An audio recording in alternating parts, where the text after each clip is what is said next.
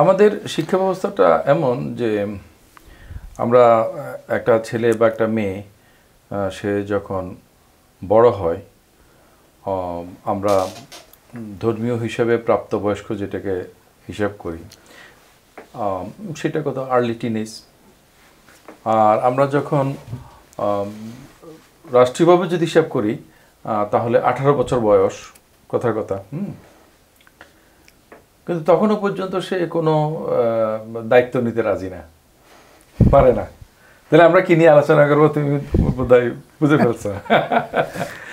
তো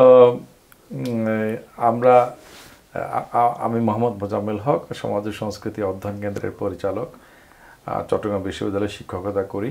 আমরা সামাজিক নানা বিষয় নিয়ে কাজ করি। আর আমার টিমের মেম্বার হচ্ছে আব্দুল কাইম সৌরভ এবং ফয়সল। তো ফয়সল আজকে আমাকে একটা ঘটনা বলতেছিল। ফয়সলের আমি এক জায়গায় বের হয়েছিলাম সেখানে গাড়ির মধ্যে, তো সেটা তোমার কাছ থেকে ফয়সলের কাছ থেকে আমি শুনতে চাইবো। তার আগে আমি ভূমিকা হিসেবে বলছি, যেটা বলছিলাম যে ধর্মীয় হিসাবে আমরা যদি 13-14 বছর বয়স ধরি, এমনকি এর থেকে আরও বাড়িয়ে আমরা যদি রাষ্ট্রীয় হিসাবে 18 বছর বয়স ধরি, তখনও পর্যন্ত একটা ছেলে বা একটা মেয়ে সে কোনো দায়িত্ব পালনের জন্য ক্যাপাবল না। মানে সে একজন পরিপূর্ণ মানুষ, যেটা আসলে সে অলরেডি হয়ে গেছে, কিন্তু সোশ্যাল সেটআপের কারণে সে কিন্তু হচ্ছে না। আসলে এই যে আমরা কথাটা বলছি, এই কথাটার মধ্যে কিন্তু এক ধরনের রেসিজম কাজ করছে। সৌরভ, রেসিজমটা কি? এই যে আমরা হচ্ছি না, আমরা বলতে আসলে কোট আনকোট আমরা কাদেরকে বোঝাচ্ছি? আমরা যারা শহুরে শিক্ষিত মানুষ তাদেরকে বোঝাচ্ছি। কিন্তু গ্রামে গঞ্জে তুমি দেখো ঠিক এরকম আর্লি মিড অথবা লেট টিনেজের মধ্যে একটা ছেলে বা মেয়ে পারিবারিক দায়িত্ব পালন করার জন্য, অর্থনৈতিক দায়িত্ব পালন করার জন্য, ফিজিক্যালি, মেন্টালি, এমনকি ইকোনমিক্যালি সে কিন্তু ফিট এবং সে সেটা করছে। তো এই ধরনের দুইটা ঘটনা আমি তোমাদের দুজনের কাছ থেকে শুনছি। সৌরভের কাছ থেকে যেটা শুনতে চাইবো, সৌরভ বুঝে ফেলছে তোমার ওই যে পাহাড়ি ছেলেটার কথা। আর তুমি আজকে আমাকে যেটা বলছিলা সেটা যদি এটা বলতা যে তুমি ঈদের সময় যে বাড়িতে গেলাম, সেখানে তোমাকে একটা ছেলে মোটর সাইকেলে তুলে নিল, সেটাই আমরা আলোচনা করছিলাম যে যে একটা প্রসঙ্গে, যে বিয়ে শাদীর প্রসঙ্গে বিশেষ করে বলা হয় যে ছেলেটা এখন যা উল্টাপাল্টা বিয়ে করলে ঠিক হয়ে যাবে। তো আমার হাইপোথিসিসটা ছিল যে একটুখানি ঠিক হয়, একেবারে খুব রেডিক্যালি হয় না। কিন্তু আমার সাথে ফয়সল এটা ডিফার করলো, বললো যে না, আমি রেডিক্যালি সে চেঞ্জ হয়েছে, এইটা পজিটিভলি চেঞ্জ হয়েছে এরকম আমরা দেখছি। তখন সে একটা ঘটনার কথা বললো। তো তুমি যদি সেটা বলতা। আসসালামু আলাইকুম, আমি ফয়সাল মোহাম্মদ, ইসলামের ইতিহাস ও সংস্কৃতি বিভাগে পড়াশোনা করি, মাস্টার্সে আছি। তো স্যারের সাথে আজকে ঘুরতে ঘুরতে চট্টগ্রাম বিশ্ববিদ্যালয় তো স্যারের যেই পয়েন্টটা ছিল যে বিয়ের মাধ্যমে সামগ্রিক পরিবর্তন হয় না, অল্প কিছু পরিবর্তন হইলেও হইতে পারে, 18, 19, 20 এরকম। তো আমি ঈদে বাড়িতে যে এক জায়গায় ঘুরতে গেছি, তো ওখান থেকে ফেরার সময় আমাদের গ্রামের একটা ছেলে, তোমাদের গ্রামের বলতে তোমাদের বাড়ির এলাকা? আমার বাসা হচ্ছে মাদারীপুরের শিবচরে, তো ওখানে আমাদের বালাকান্দি গ্রাম। তো ওই গ্রামের একটা ছেলে ফিরতেছিল, আমিও হাইটে আসতেছিলাম। তো 2-3 কিলোমিটার রাস্তা সে আমাকে তার মোটর সাইকেলে লিফট দিছে। তো আস্তে আস্তে সে আমার চেয়ে 4 বছরের ছোট হবে। তো সে বিয়ে শাদী করছে, 20 বা 21 বছর বয়স হবে বর্তমানে। তো যেহেতু একই গ্রামে বেড়ে ওঠা, তো সে অনেক ছোটোবেলা থেকে নেশাগ্রস্ত ছিল। এবং আমি নিজেই যেই জিনিসটা দেখছি সেটা হচ্ছে, এমনও দেখছি যে লাঠি সোটা নিয়ে সে তার বাবারে মারতে যাইতেছে, এরকম। তাদের ফ্যামিলি একটু ওইরকম ঝামেলাপূর্ণ ছিল। তো এই ব্যাপারগুলো দেখছি। তো সে যখন বিয়ে শাদী করছে, এখন তার 2টা বাচ্চা। তো ওই দিন মোটর সাইকেলে অল্প সময়ের মধ্যে, কদিন হইলো তার বিয়ে শাদী, ধরে 2টা বাচ্চা যদি হয় 3-4 বছর তো নিশ্চয়ই এরকমই হবে। এবং আমি তাকে গ্রামের যেই বখাটে ছেলেদের ওই হিসেবেই তাকে মনে করতাম। তো আমি এক সময় তাকে কিছুদিন পড়াইছিলামও। এবং তার ওই সময়কার সেই এলোমেলো লাইফ, নেশাগ্রস্ত সব মিলিয়ে তাকে আমি পড়াইতে পারিনি। পরে কিছুদিন পরে ছেড়ে দিছি। তো এই অল্প সময়ের মধ্যে সে যেই বিষয়গুলো বললো যে সে তার পরিবারের দায়িত্ব নিছে, যে আস্তে আস্তে বলতেছিল, আমি বললাম যে সে একটা চাকরি করে, আবার একই সাথে সে একটা দোকান চালায়। তা আমি বললাম যে তার জন্য এটা চাপ হয়ে যায় কিনা, তার যেই বয়স, তার যেই পজিশন। তো সে বললো যে না, আমার তো এখন 2টা ছেলে মেয়ে, আমার ছেলের জন্য যে দুধ কিনতে হয়, একটা দুধের দাম 1200 টাকা, একটা কৌটা। তো বললো আমার ছেলে মেয়েদেরকে আমি সবচেয়ে ভালো রাখার চেষ্টা করি, তো এই জন্য আমাকে এই চাকরিটাও কন্টিনিউ করতে হয়, এবং চাকরিটা যখন কাজটা শেষ করে আবার আমাকে সাথে সাথে দোকান খুলতে হয়। তো আমি যেহেতু তাকে একই গ্রামে থাকার কারণে এবং খুব কাছ থেকে দেখছি, যে আমরা যাকে খুব বখাটে হিসাবে দেখতাম, সে তার পরিবারের ব্যাপারে খুব সিরিয়াস, এবং সে তার বারবার করে বলতেছিল তার ছেলে মেয়ে, এই যে ঈদ আসছে কী কী কেনাকাটা করছে, এই বিষয়গুলো সে বলতেছিল একাধারে। তো এই ব্যাপারটা ছিল যে সে এত অল্প সময়ের মধ্যে তার মধ্যে যে একটা পরিবর্তন আসছে, একটা নেশাগ্রস্ত ছেলে, এবং বাড়িতে এসে মারামারি করত আশপাশের মানুষের সাথেও, এবং নিজের পরিবারে ও যেহেতু আরও ছোট ছেলে, এই সুবাদেও ও পরিবারের প্রচুর ঝামেলা করত। কিন্তু বিয়ের মাধ্যমে আমি এবং ওর কথাবার্তা শুনে, ওর কাজকর্ম দেখে খুবই অবাক হইলাম। এই বিষয়টাই স্যারের সাথে শেয়ার করলাম যে না, ওর মধ্যে একটা সামগ্রিক পরিবর্তন আসছে। হ্যাঁ, এটা নিয়ে আমরা একটু মানে আরেকটা ঘটনা শুনবো সৌরভের কাছ থেকে, এরপরে আমরা এটা নিয়ে একটু ইয়ে করবো। সৌরভ ওখানে বসে বলতে পারো, মাইক্রোফোনটা ওকে দাও।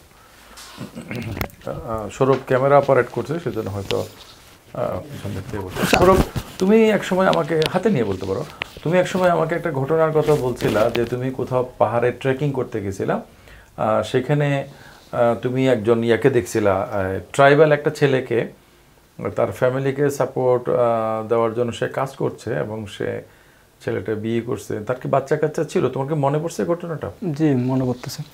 এটা 2019 সালের কথা। আলীকদমের একটা গ্রামে আমাদেরকে গাইড করতেছিল ছেলেটা। ও বলছিল যে ওর বয়স তখন 19। এখন হয়তো সেটা একটু হেরফের হইতে পারে, ওভাবে ক্লিয়ারলি হিসাব না থাকলে। আমার ধারণা হয়তো 2-1 বছর বেশি হইতে পারে, খুব বেশি হইলে। তখন তার বাচ্চা 2টা বা 3টা। তো সে তার দাদিকে দেখে এবং তার নিজের ফ্যামিলি, তার বাবা, তার মা মারা যায়। মা মারা যাওয়ার পর তার বাবা হচ্ছে তাদেরকে, তার দাদি তাদের ফ্যামিলিতে ছিল, সে, তার মা, তার ছোটো ভাই বোন ছিল এবং দাদি ছিল অসুস্থ। কিন্তু মা মারা যাওয়ার পর ওই ছেলেটার বাবা, ওর নাম ধনঞ্জয় বা কী যেন, আমার নামটা ঠিক মনে নাই, বাবা চলে আসছে, ওই পাড়া থেকে চলে আসছে আলীকদমের 17 কিলো রোডের দিকে একটা জায়গায় বসতি করছে, ওখানে বিয়ে করছে, ওখানে সেটেলড। পরে দাদিকে দেখার জন্য সে আসলে বিয়ে শাদী করে, পরবর্তীতে এবং ছোটো ভাইদেরকে, ভাই বোনদেরকে দেখাশোনা করে। তার নিজেরই 2টা বা 3টা বাচ্চা। তার পেশা হচ্ছে যে গাইড হিসেবে কাজ, তার পেশা হচ্ছে এই যে বেসিক্যালি গাইড হিসেবে কাজ করা। এর বাইরে যদি কখনো ওই তার বাড়ির আঙিনায় চাষবাস টুকটাক। এমনি তার চেহারার মধ্যে তুমি বা চালচলনের মধ্যে একটা মানে কিছু পারে না লুতুপুতু ভাব? না না না।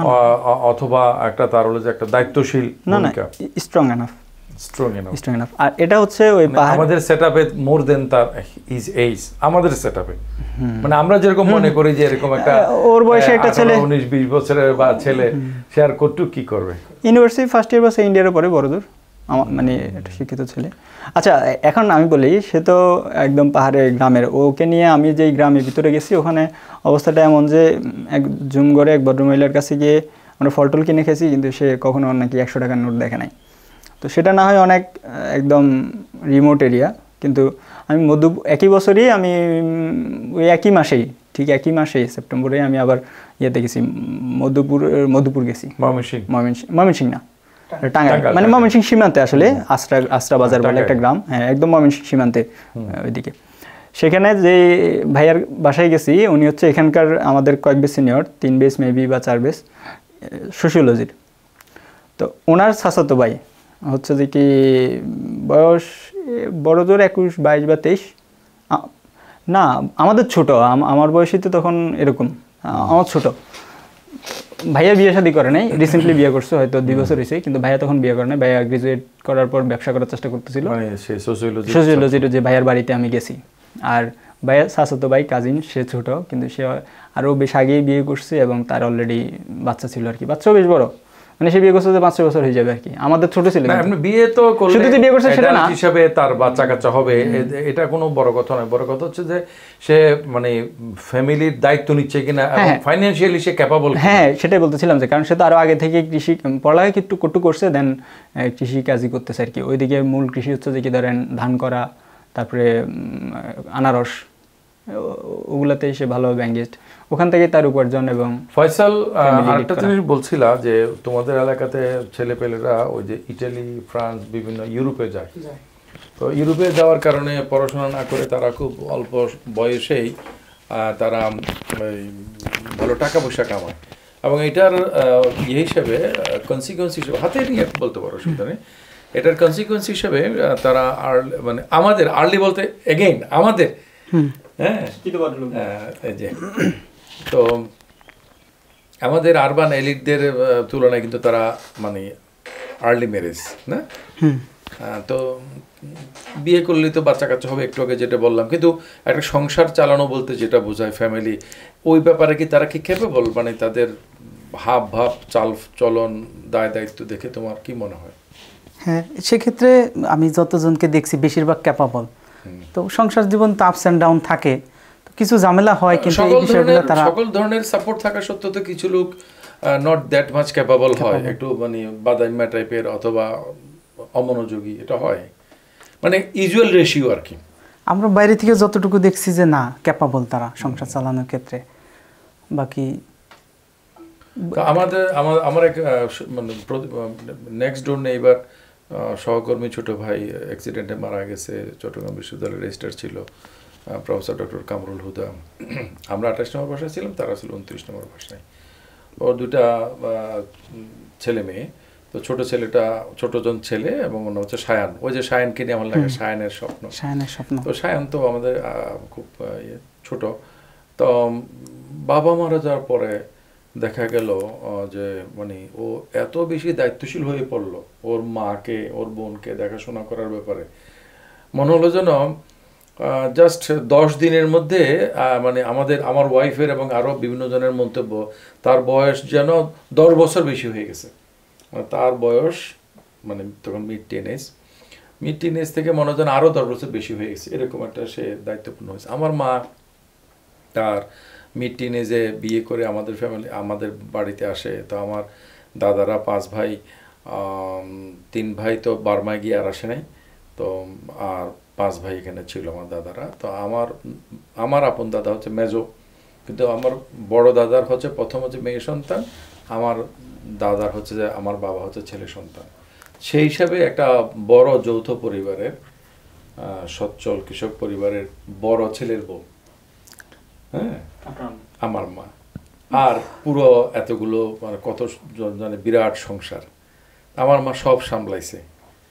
তো ওনার বাপের বাড়িতে সেরকম ছিল না, তো ওনারা মানে আমাদের তুলনায় ছোট পরিবার, হ্যাঁ, তো সব সামলাইছে। সুতরাং দায়িত্ব আসলে একটা মানুষের মধ্যে দায়িত্বশীলতা তৈরি হয়, এইটা হচ্ছে আমি বলতে চাচ্ছি।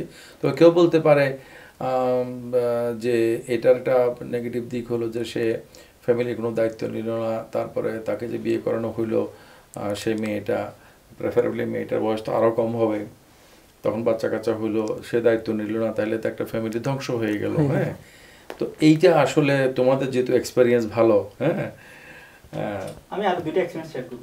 হ্যাঁ শিওর। আমার এটা নাও, সেটা হচ্ছে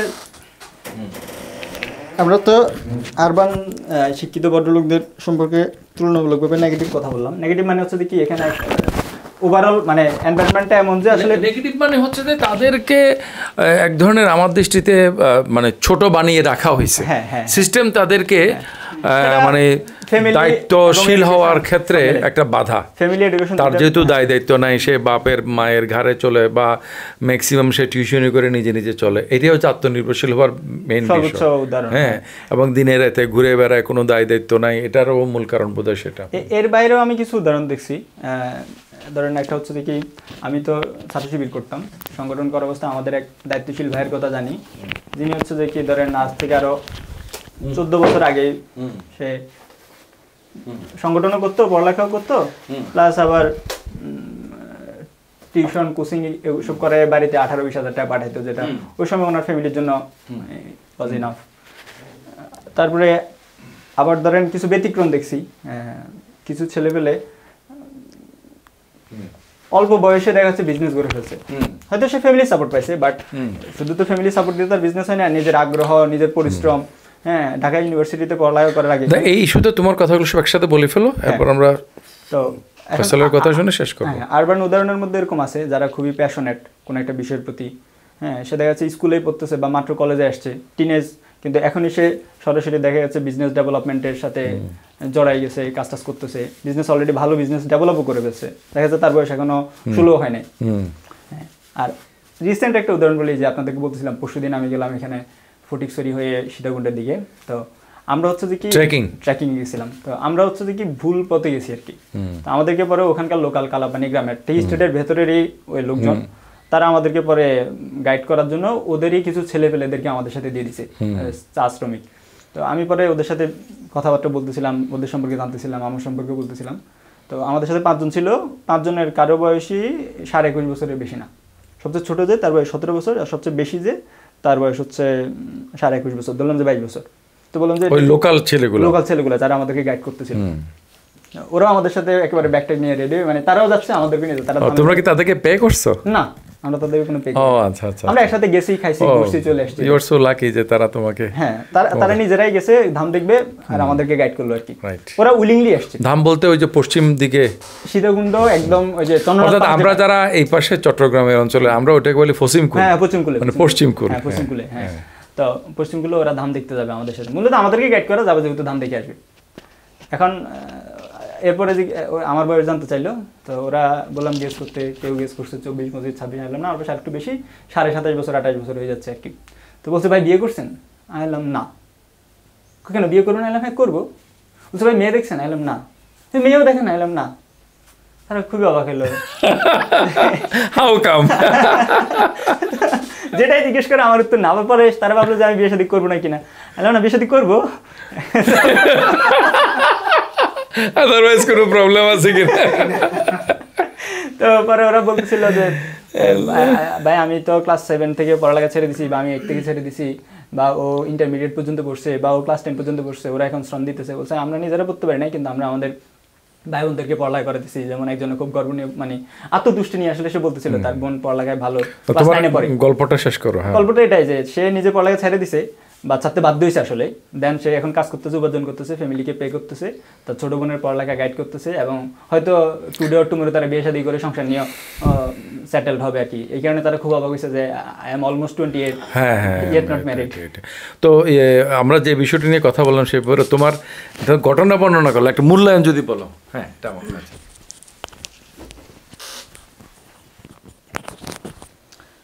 আসলে আমাদের ঘটনার মূল বিষয় ছিল যে দায়িত্ব আসার মাধ্যমে মানুষের মধ্যে যে দায়িত্বশীলতা তৈরি হয়, সেই বিষয়টা। এখন আমাদের সোসাইটিতে যে বিষয়গুলো আমাদেরকে নর্মালি শেখানো হইতেছে বা বোঝানো হইতেছে যে না, আরবান এরিয়াতে যে এরা এখনো ছোট, এরা এটা পারবে না, কিন্তু ওই সেম এজের লোকগুলা দেখা গেছে যে রুরাল এরিয়াতে বা লো আরবান এরিয়াতেও যারা লো ইনকামের, মানে লোয়ার ক্লাস ইকোনমিক দিক থেকে, তারা দেখে গেছে তাদের পরিবারের সেই দায়িত্ব নিতেছে। তো এখানে দায়িত্ব আসার মাধ্যমে তাদের মধ্যে দায়িত্বশীলতাটা গড়ে উঠছে, যেটা আমাদের দেশে তাদের লো ইনকাম ফ্যামিলির মেয়েটাও দায়িত্বশীল হিসেবে, দায়িত্ব পূর্ণ হিসেবে করছে, ছেলেটাও তাই হচ্ছে, ছেলে মেয়ে উভয়ের মধ্যে। আচ্ছা, তো আমি কথাটা শেষ করব এই দৃষ্টিতে, এই কথাটা বলে যে আমাদের স্টুডেন্টদেরকে প্রায় সময় আমি এই কথাটা বলি, দুনিয়ার ইতিহাসও যদি আমরা দেখি, এই দেশ সেই দেশ, এই সভ্যতা সেই সভ্যতা, অর্থনৈতিক ফিল্ডে বলো, সামরিক ক্ষেত্রে বলো, ধর্মীয় ক্ষেত্রে বলো, সাহিত্যের ক্ষেত্রে বলো, বৈজ্ঞানিক আবিষ্কারের ক্ষেত্রে বলো, দেশ জয়ের ক্ষেত্রে বলো, যত আমরা সিগনিফিক্যান্ট জিনিসগুলো দেখি, তার আমরা পেরিটো প্রিন্সিপাল এখানেও প্রয়োগ করতে পারি। আমরা বলতে পারি যে তার মানে অলমোস্ট অল অফ দেম 70-80%, আমার মনে হয় আরও বেশি হবে, 90% হচ্ছে যে সংশ্লিষ্ট লোকেরা তাদের আর্লি 20s মধ্যে কাজটা করছে। মানে বয়স 20-22 থেকে শুরু করে 25-26 মানে 30 পার হওয়ার আগে 27 এর আগেই এই 24-25 বর্তমান বিশ্বের বড় বড় কোম্পানিগুলো তো এই বয়সের ছেলেগুলো গড়ে তুলছে না মানে মানব ইতিহাসের মধ্যে। আর আমরা এমন একটা শিক্ষা কার্যক্রম একটা মানে শ্বেতহস্তি আমাদের উপর চেপে বসছে যে আমাদের এই বয়সী ছেলে মেয়েগুলো তাদের কন্ট্রিবিউশন রাখার কোনো জায়গা নেই, তারা শিক্ষা নামক একটা মানে নন স্টপ একটা ইয়ার মধ্যে জার্নির মধ্যে উঠছে এবং সবাই একটা লটারি সিনড্রোম। গতকালকে আমাদের কিছু স্টুডেন্ট আসছিল ছেলে এবং মেয়ে, তাদের সাথে আমি কথা বলছিলাম, আমি বাসার ভিতরে ছিলাম, তো ওই মেয়েদেরকে জিজ্ঞেস করলে তারা বলে যে সবাই চাকরি করবে। চাকরি করে কী করবা? 2-3 স্টেপে প্রশ্ন করার পর দিয়ে সে টোটালি পাজলড হয়ে যায়। হ্যাঁ, তো এই যে তখন আমি ওই আমার ছাত্রী ছিল 2 জন আর ছাত্র ছিল 3 জন, তো একজন ছাত্রীকে বললাম যে দেখো এটা একটা লটারি সিনড্রোম। হ্যাঁ, প্রথম হলো একটা সেকুলার পত্রিকা। মাসুদ আমাকে যখন বলল যে ঝরে পড়া নারীদের সংখ্যা হচ্ছে যে মানে শতকরা হিসাবে প্রায় 17%-এর মতো, এটা অনেক বছর আগে, আমার তো মনে হয় আজকে থেকে 10-12-14 বছর আগে হবে না, 8-10 বছর তো আগে হবেই, মিনিমাম হবে, তাহলে এর মধ্যে এটা আর বাড়ছে।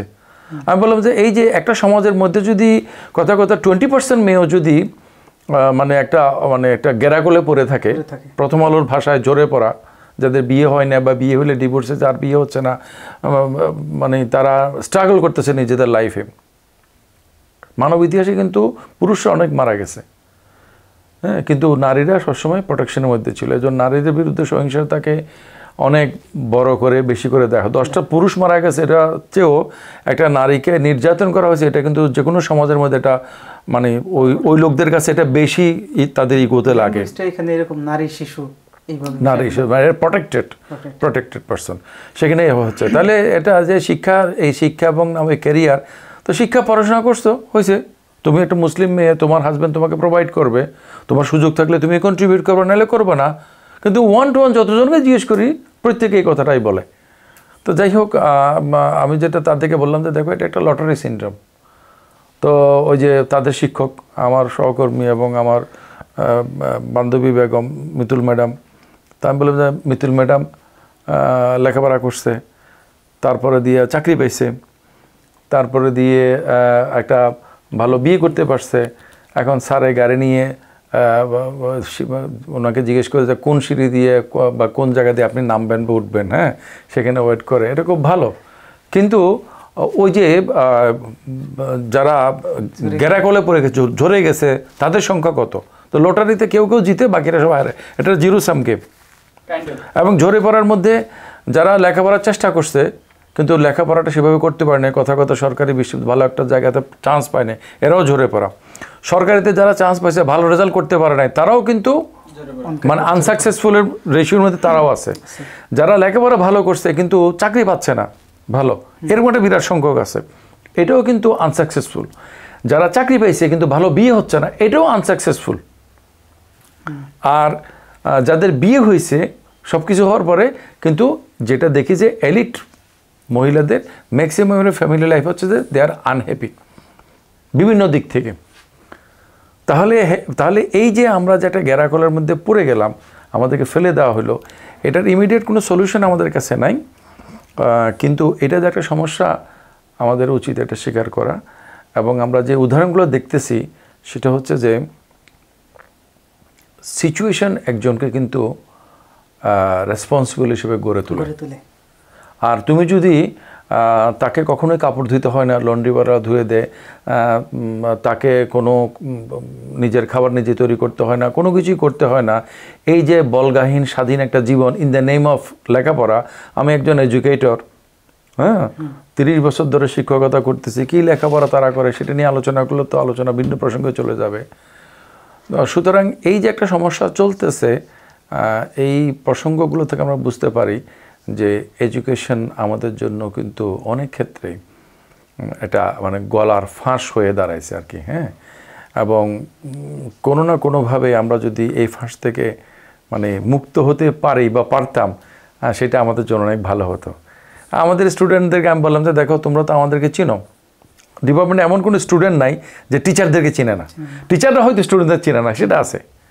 কিন্তু তোমার জাতীয় বিশ্ববিদ্যালয় নামক এই যে একটা তামাশা, ওখানে দেখো একটা ইয়ার মধ্যে 300 জনকে ভর্তি করায়, কেউ কাউকে চিনে না, মানে টিচার তো চিনেই না, স্টুডেন্টরাও টিচারদেরকে চিনে না।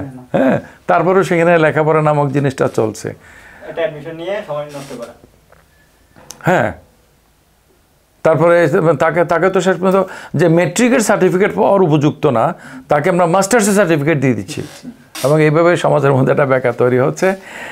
Anyway, thank you very much for sharing your life experiences. কিন্তু আসলে চোরে না শুনে ধর্মের কাহিনী।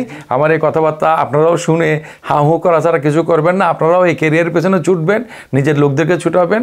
এবং তোমার আরেকটা গল্প তুমি কি বলবা, এটা একটু বলো, ইমপার্সোনালাইজ করে বলবা, যে একটা মেয়ে মাস্টার্সে পড়ে, সে বলছে যে আমি আসলে লেখাপড়া আদৌ করতে চাই না, সংসারই করতে চাই, কিন্তু আমার গার্ডিয়ানরা ওই যে তুমি যে হ্যাঁ হ্যাঁ না ও বলুক, আমি স্মরণ করাই দিচ্ছি ওকে। হ্যাঁ বলো। আমাদের এক আত্মীয় বিশ্ববিদ্যালয়ে পড়ে, সে তো কিছুদিন আগে ওই খাবার খাওয়ার সময় টেবিলে কথা হইতে হইতে আমি তার পড়াশোনার খবর জিজ্ঞেস করলাম।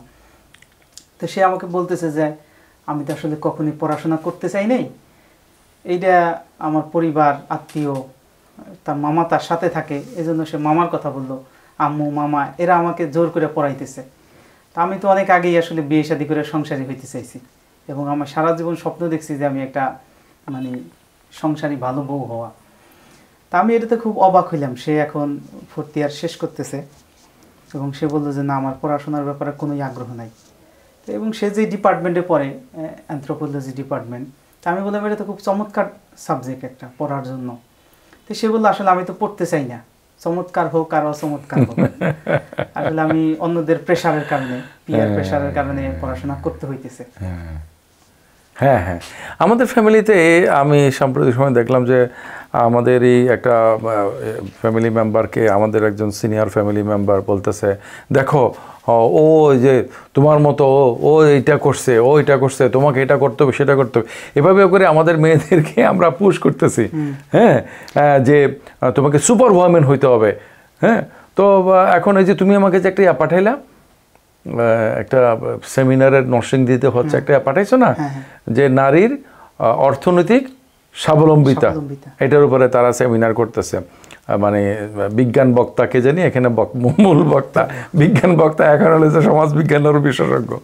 আচ্ছা, যাই হোক, এখন যদি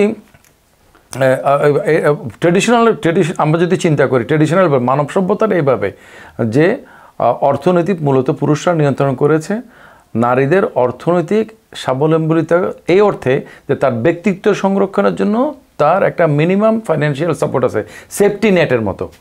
সে চাইলে ওই লোকটা সংসার থেকে বের হয়ে গিয়ে নিজে ইন্ডিপেন্ডেন্টলি থাকতে পারবে, অথবা নতুন একটা বিয়ে করতে পারবে, বা এরকম কোনো কিছু। কিন্তু নারীরা পুরুষদের উপরে নির্ভরশীল হবে না এবং সুন্দর একটা সংসার হবে, এটা কিন্তু হয় না। একদম আমি ছাড়া এই কথাগুলো আর এই বাংলাদেশের মধ্যে এত সাহস করে কেউ বলে না। এবং ইসলামের কথা যদি বলেন, সেখানে তো পরিষ্কারই বলা হয়েছে যে খরচের দায়িত্ব হচ্ছে পুরুষের। হ্যাঁ, তো এর মানে দায়িত্ব পুরুষের ব্যাপারটা শুধু এরকম না যে হাজবেন্ড ওয়াইফের জন্য করবে, আমার বোন বা আমার মার জন্য করতে আমি বাধ্য। হ্যাঁ, প্রত্যেকের জন্য করতে, ফ্যামিলির যেটা দায়িত্ব সেটা। যাই হোক, এখন যদি অর্থনৈতিক যদি নির্ভরশীলতা না থাকে, কোনো ধরনের নির্ভরশীলতা যদি না থাকে, ভালোবাসা.com চর্চা করে কিন্তু সংসার টিকবে না। এবং যে সংসারগুলো টিকতেছে না, ঠিক এই কারণে টিকতেছে না। যে সংসারগুলো টিকেছে, ঠিক এই কারণে টিকেছে।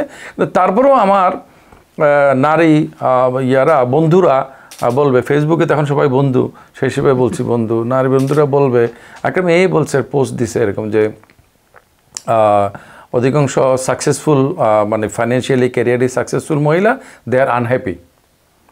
তো এখন সেখানে অনেক মেয়েরা কমেন্ট করেছে, আমি বোধহয় এটা সেভ করে রাখছি না, আমার অন্যদের লেখা আমরা এক জায়গাতে সেভ করে সংরক্ষণ করে রাখি, আমাদের কাজে লাগবে বলে।